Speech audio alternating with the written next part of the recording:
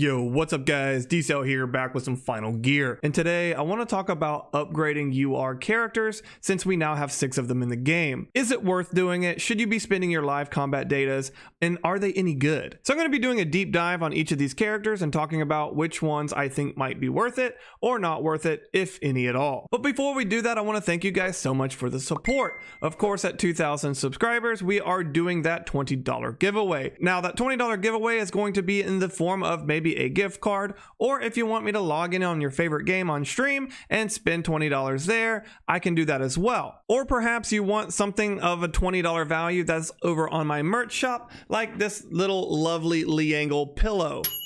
After I determine the winner and vet who it is, I will reach out to you and I'll let you decide on how you want the $20 gift. Also, I do live stream over at twitch.tv/d-cellgaming every Monday and Thursday. So if you're watching this video on a Thursday and it is 6:00 p.m. Eastern Standard Time or Eastern Daylight Time, be sure to follow me over there after you watch this video. Alrighty, with all that out of the way, let's go ahead and talk about the URs. Let's jump into the handbook here, and as you can see, we have UR Evelynn, Natasha, Coreleah, Evelynn, Aita, and A16. So we have 6 URs in the game, and I want to go over each one, what they do, and let's talk about if this is even worth it. So of course, the very first one we're going to talk about is the main character, Evelynn.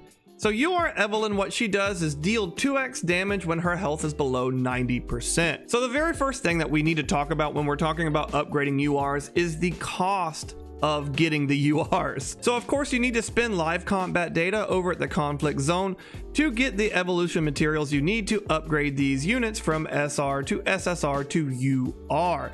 This costs a ridiculous amount of live combat data, and not only does it cost a large amount of live combat data, up to 90,000 worth to go from SR all the way to UR and get the UR skill upgraded with the combat memory cores. You can only spend 100 a day unless you spend crystals to refresh the shop, right?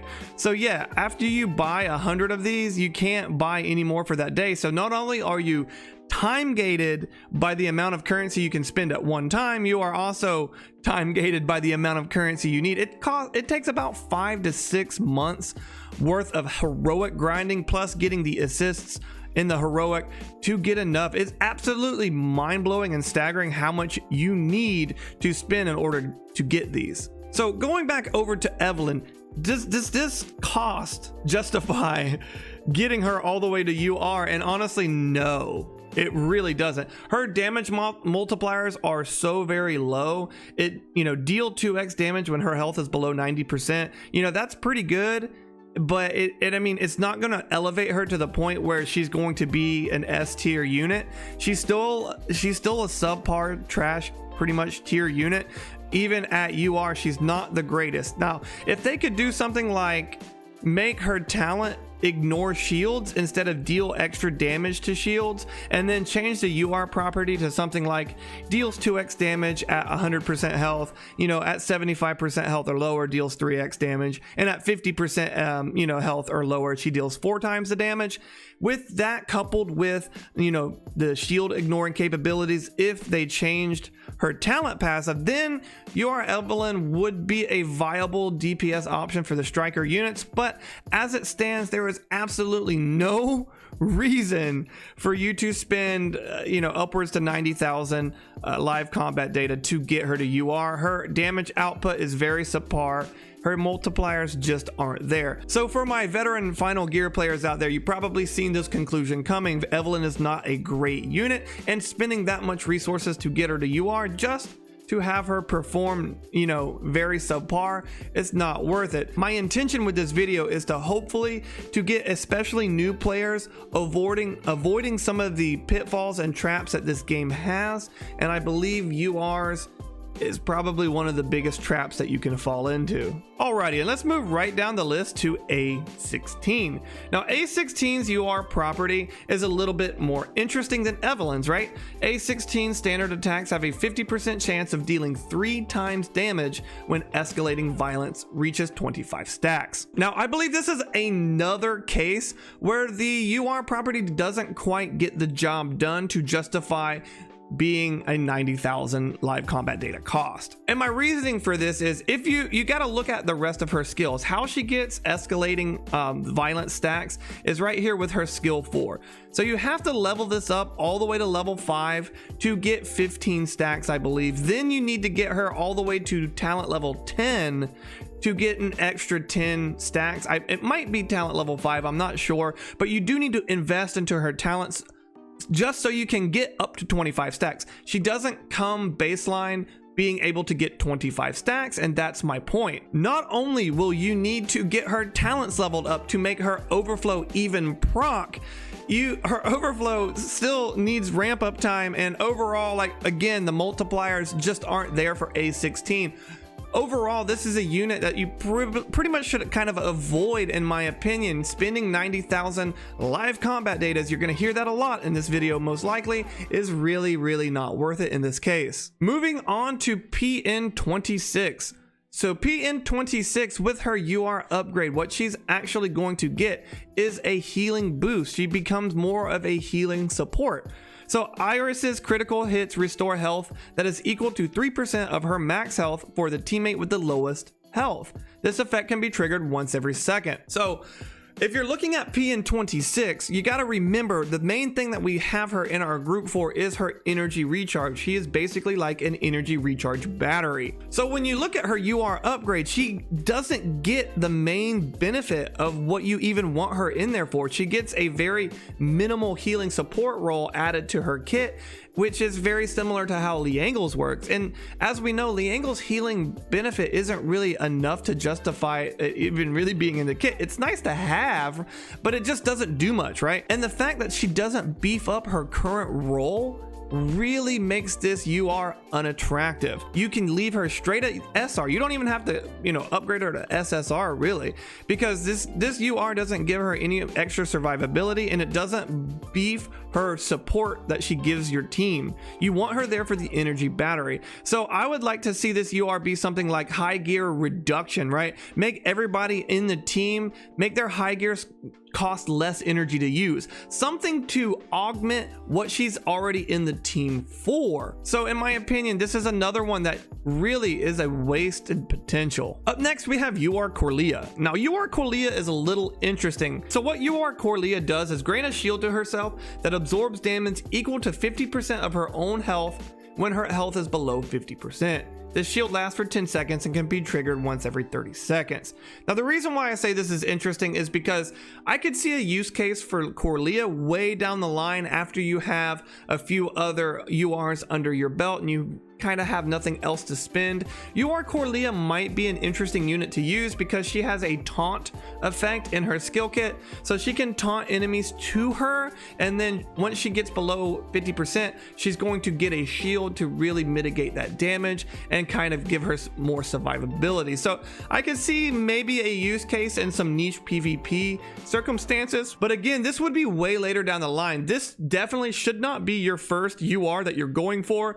This would be like your third or fourth down the line when you really have nothing else to spend on or something like that. I could see a use case for it, but I just don't really see this being very useful right now in the current state in global. But honestly, it's not that bad of a UR upgrade, especially considering the fact that it augments her taunting ability. And in general, this is what I would like to see, right? With these UR upgrades, what they should be doing is augmenting the skill kits. If they don't augment the skill kit and make what they do better already, it's not going to be good enough to justify the large cost. And with the cases like UR Evelynn and A16, the modifiers just aren't there. They have to be bigger. So moving on to UR Natasha.